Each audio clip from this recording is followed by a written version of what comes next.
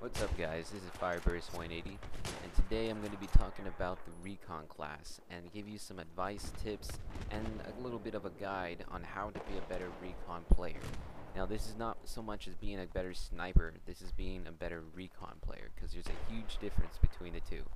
And hopefully with this video you can distinguish on the two and be able to decide what you want to do.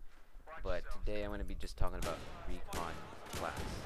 Now the Recon class has changed a lot since the recent game of Battlefield Bad Company 2, and as some people may say, they're no longer Wookiees hiding in a bush and carrying a C4 to take out tanks.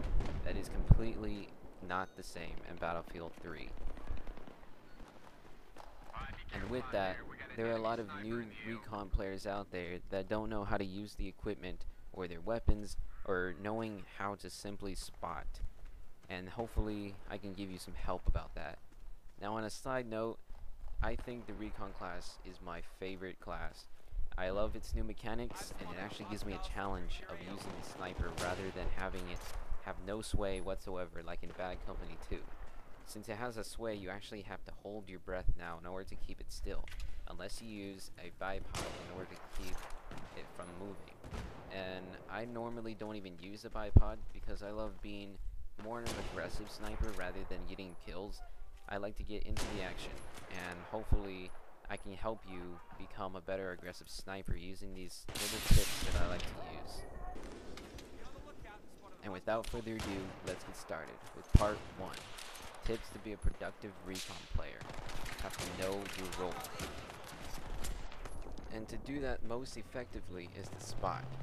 Not a lot of people know how to spot. Spotting has got to be one of the most important things in the Battlefield series.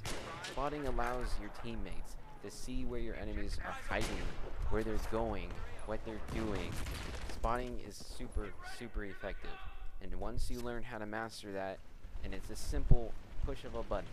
And for the Xbox, it's for the back button / select button. And for the PlayStation, it's the back button or select button. And the PC, I don't really know. I don't have a PC. I'm sorry about that.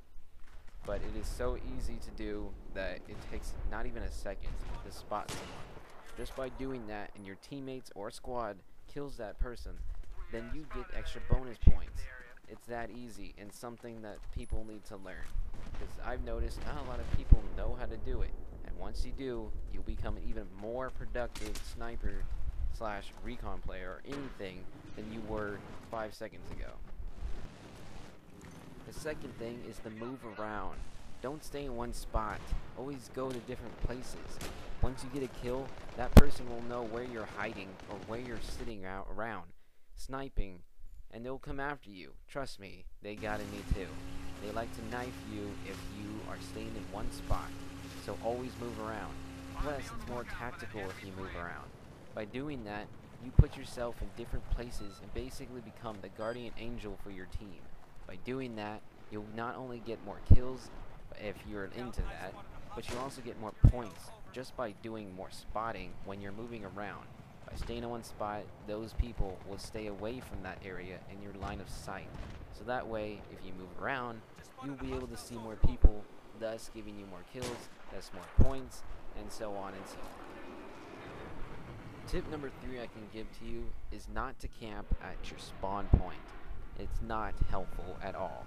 And I've noticed a lot of people are sitting at their spawn point thinking, hey, I can use a 12-time scope and snipe people. Well, getting only a kill after every 10 minutes is not helpful, nor is it tactical. Don't do it. It's better just to move around, and by moving around you can spot more people. That goes with 1 and 2. Now on to number 4. Tip number 4, don't be afraid to get into the action. That's why you're given a pistol. Sidearms are actually helpful in this game, unlike in COD. Get that out of your head that pistols are weak. They are actually good, and they are very useful. So don't be afraid to get in the action and having to switch to your sidearm every now and then. Quick scopes are not very good in Battlefield. It takes 2 shots in the body, 1 shot in the head. Even if you're up close and you shoot the guy point blank with a sniper in Battlefield 3, he will not die. Trust me, it happened to me. It probably happens to other people. Just don't try it. It's not very helpful at all. So you're better off using a sniper, pistol, sorry. Tip number 5. Try to stay away from quick scoping in Battlefield. It's not very helpful, and it's also very dangerous. Just because you're in the action, like I said, does not mean quick scoping is going to save your life every time. Use the pistol, it's a lot easier. Trust me, it is. And also, if you're going to be a sniper, be your team's guardian angel. Spot them. Kill enemy snipers. Kill enemies that are rushing towards your guys. Instead of waiting around and doing nothing, you can actually do something. That goes to number 7. Communicate with your squad. Talk to them. Actually use a mic. Talk to your team and tell them where the enemy is going. So that way they don't go into an ambush or say, hey, what a dumbass, he just ran right into them. Well, you could have said something. How about you plug in a mic and talk? That's one of the biggest things I've noticed, that every time I join a game, no one has a mic. It just defeats the purpose of what Battlefield's trying to do and trying to influence teamwork. It's just something that people need to do. And number 8 tip is, well, spot again. I can't stress that even more than enough. You just have to spot everything.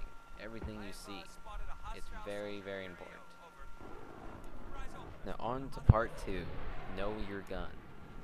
Now, don't go thinking that you have to use a sniper to be a recon player. Recon players can also use other guns such as assault rifles and submachine guns as well. You don't have to use a sniper every game, especially in close quarters combat. You don't have to have a sniper on thinking, hey, I can get headshots at close quarters using smaller scopes. You can use submachine guns and assault rifles. Don't forget that. Now, tip number 2 about your gun is to pick one that you're comfortable with. Don't pick one that you feel or think or heard is like the most powerful, the strongest gun out there. No, go after what you feel is more comfortable with you, what you feel that you can actually use. For me, I like to use the SV98, and I actually have 11 service stars on it now. And yeah, granted, there are a lot of other snipers out there that I can use, but I feel most comfortable using that sniper. And a lot of people don't like it, but I do. It's all personal preference. Go for whatever you feel is best for you. Okay, so now you know the basic tips, and you got your gun. Now what do? You have to know what kind of scope to use with that sniper. Now, there are 3, actually more than one scope that you can use, but 3 are the most common. There's a 4x scope, which is used for short to medium-ish ranges. There's a 7x scope for medium to long. It can also be used for short range, but it's not very effective. It's possible, but it's very risky to use it for that. And there's also the 12x scope that's used for very long distances. I normally don't use the 12x scope because I like to get in the action, and since I'm more of an aggressive sniper, I like using the 7x scope because I like to take out enemy snipers. That's my favorite thing to do. It's fun. Now, stay away from using the ACOG scopes. They're not very effective. I recommend using the 4x scope, but if you feel more comfortable using those ACOGs, then go ahead. Okay, so now you picked a primary weapon. Now you have to choose a sidearm. Now all the pistols are pretty much the same strength. They have semi-automatic and normal shots and slow rate of fires. The .44 Magnum scope or unscoped gun actually has a lot of strength, but it's very slow in firing. But at close range, you'll pretty much kill a guy in about 2 shots maybe in the body, 1 shot in the head. With the scope, it's even easier. Trust me, I like using that thing so much. And there's also semi-automatic pistols that only be able to unlock in the co-op. And that is one reason why playing co-op is actually beneficial to you, because you unlock guns that you can't get in multiplayer.